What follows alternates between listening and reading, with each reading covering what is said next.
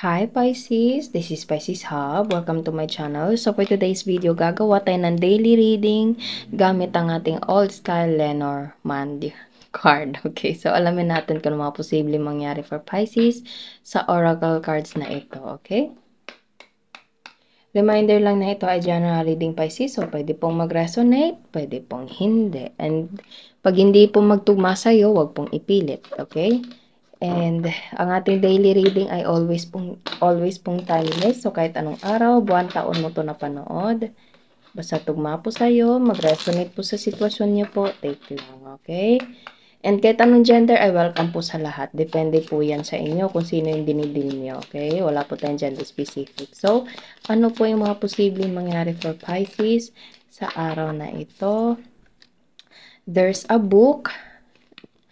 Pwedeng meron kang matututunan, Pisces, or pwedeng nag-aaral ka, pwedeng meron something na interesado ka about sa books, okay? Sa libro, or something na wisdom, knowledge, okay? Or pwedeng kailangan mong mag-research, okay? So, ano pa? Ano po ito? Ano pa po ang message po for Pisces? Sight. So, there's something na parang meron kang matututunan at the same time, there's something na clarification. Pwedeng meron kang nire-research, Pisces, and masasabi mo, kaya pala, parang ganon, okay? Or pwedeng, naano ko yung word na panaginip. So, pwedeng meron kang panaginip, okay? And sinearch mo siya online or nagtanong ka sa mga taong kakilala mo and naano mo na, kaya pala ganon, okay? So, there's something na realization, clarity, okay, and knowledge na kaya pala, there's something na kaya ganun, okay? Or kung hindi naman, pwedeng research, kailangan mong matutunan, kailangan mong mag-aral doon, meron kang process na ginagawa, merong test na kailangan mong gawin, exam na kailangan mong ipasa, and after nun, makakatulong siya for you to clean your pathway, Pisces, gamit itong parang site na ito or something na anong tawag nito, yung parang pag ganun sa Tagalog, nakalimutan ko. Okay, so ginagamit siya, it's either sa mga damo para malinisan yung dinadaanan mo, Pisces, or yung sa palay mismo. Pwede ding harvesting ito, okay? Meron kang makukuhang leksyon, okay, or anything. Yun nga, clarity. So, ano pa po? Ano po ito? Para saan po itong lesson? Searching clarity for Pisces. The Sun. Wow. So, it will change your life. It will have a positive impact for your life, Pisces. Basta, magiging masaya ka. Okay? There's the Sun. Actually, before ako gumawa nito, Pisces, itong reading na ito, nag-shuffle muna ako ng ilang cards and lumabas din tong the Sun card na ito. So, there's a big possibility of a happiness, positive outcome for you after all of this, Pisces. Okay, so, nice. And also, this card, Sun card, also represents as yes card. So, if ever meron kang tinatanong na answerable by yes or no, yung sagot nun, Pisces, is yes. Okay, by the Sun card right here. So, ano pa po? Lilies. This flower right here ito yung isa sa mga pinakamagandang bulaklak for me, Pisces, okay? Although lahat naman ng bulaklak is beautiful, pero the lilies kasi is something na medyo merong magandang meaning, okay? So, it's parang ang buod nun, Pisces, for me is like the lilies flowers are like tumutubo siya kahit nasa tubig, alam mo yun? Kumbaga gumagawa siya ng way, nagbo-bloom pa rin siya, although yung palibot niya is medyo, hindi siya appropriate para sa mga ganitong normal na bulaklak. Pero siya, she still blooms. Okay, parang nagbo-blooming, gumaganda outshining. Nakikita niyo itong lilis na ito together with the sun, okay? Kahit anumang itim, dark ng paligid ng mga napagdaanan mo sa buhay, you are still shining, Pisces, okay? Together with these lilies right here. So, yun, parang kahit ano man yung mga bagay na pinagdadaanan mo, take it as a lesson. Yun, eto yun. Take it as a lesson, yung mga bagay na mga lesson, past experiences, take it as a lesson, take it as a inspiration for you to move forward and linisin yung mga nakaharang sa daan, okay? Linisin yung mga bagay, pwedeng sa personality mo, there's something na kailangan mo ayusin, character development, kumbaga, mga bagay na dati ginagawa mo pero ngayon na-realize mo na hindi pala dapat ganun, okay? So, there's something na upgrading in yourself, Pisces, okay? And you will bloom like this, the lilies right here together with the sun. Okay? So, it's more on parang for yourself, Pisces, to be a better person. Parang ganun, okay? So, actually, this is so nice, and there is someone, a rider, na darating sa'yo.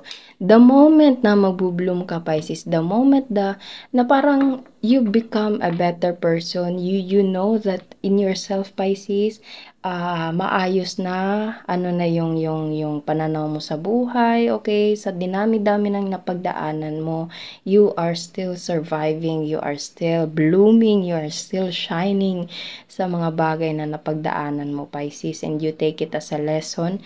Yun yung time na darating yung mga pwedeng sitwasyon, tao, yung mga bagay na nakalaan para sa'yo. And nakikita nyo sa The Rider na nandito, meron tayo ditong card na ilan ba to? 2, 4, 6, 8, 9. 9 of hearts. So, wow! So, there's a big possibility of having a long-term commitment. There is someone na na tao na hindi mo ine-expect. It's either darating siya sa panahong handa ka na, Pisces, or sa panahong hindi ka naman siguro naghahanap, pero darating ito. Okay? Pwedeng ito ay specific na tao or pwedeng kasama mo na to. Okay? Kasama mo siya sa pagbo-bloom, sa pag-shine mo sa mga pinagdaanan mo sa buhay. Okay? Or darating na siya for you. Okay? Pwedeng ito ay mayroong dalang flowers or specifically lilies. Okay? So, ano pa po? So, pangganda naman. The key. This person brings a key in your heart, Pisces, or ikaw yung may hawak sa susi ng taong to. This person also have a journey by their own, okay? So, obviously, lahat tayo meron kanya-kanyang journey sa buhay. And, para kayong naano ko yung word na soulmate, kumbaga parang yung susi na hawak mo is nasa kanya yung ano ba yun, yung padlock ba yun, okay? Kumbaga kayo yung pareho, kayo yung pair, okay? So, kung ano man yung mga pinagdaanan niyo sa buhay, kaya siguro merong mga lesson na hindi mo maano, kaya pala ganun yung nangyari. Ayun, sinabi ko kanina, there's a clarity, there's a realization na, kaya pala ganun kasi para dito. Merong, parang ganun, merong aha na ano. So, this person, both of you have a lot of journey na kailangan pagdaanan, and when the time is perfect, in God's perfect time, Pisces, magkikita kayo ng taong to with this key right here. Okay, sakto, swak. Kayo yung pair, walang ibang duplicate, kayo lang dalawa. Okay, and you are both loyal.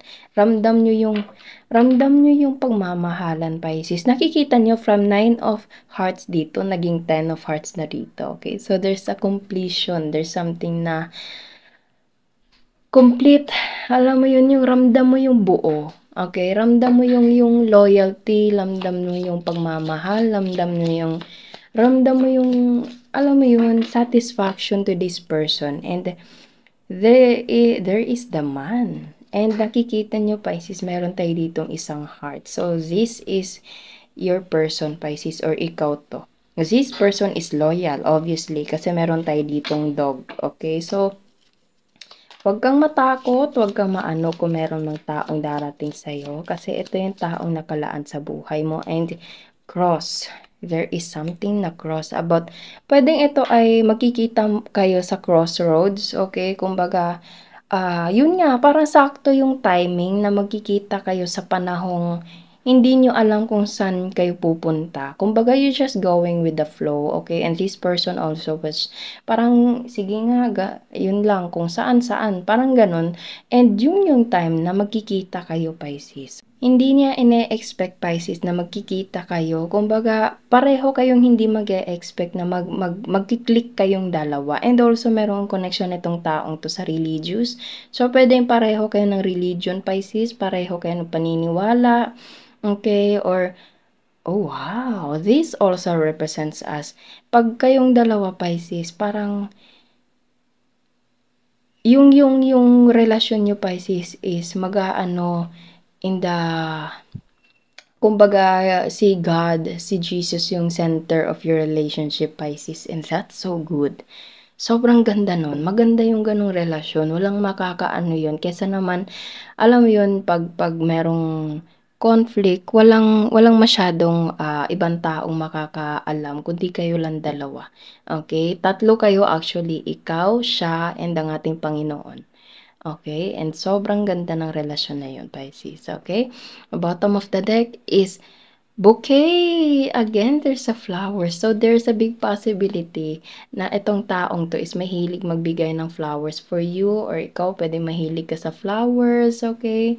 So, yun, there's a bouquet right here, there's a lilies, and there is a lot of cards, beautiful cards right here. Sobrang ganda ng reading natin ngayon ano, Pisces. Para siyang ano, para siyang trust the process, okay? Para siyang ano, parang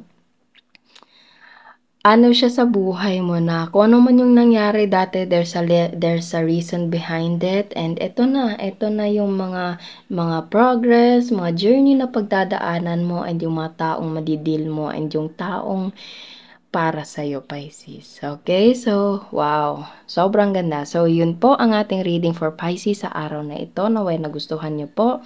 Huwag niyo po sanang kalimutan na mag-like at mag-subscribe po sa ating channel and click the bell button para ma-notify po kayo sa next videos na i-upload natin. Okay? So, thank you, Pisces, and God bless!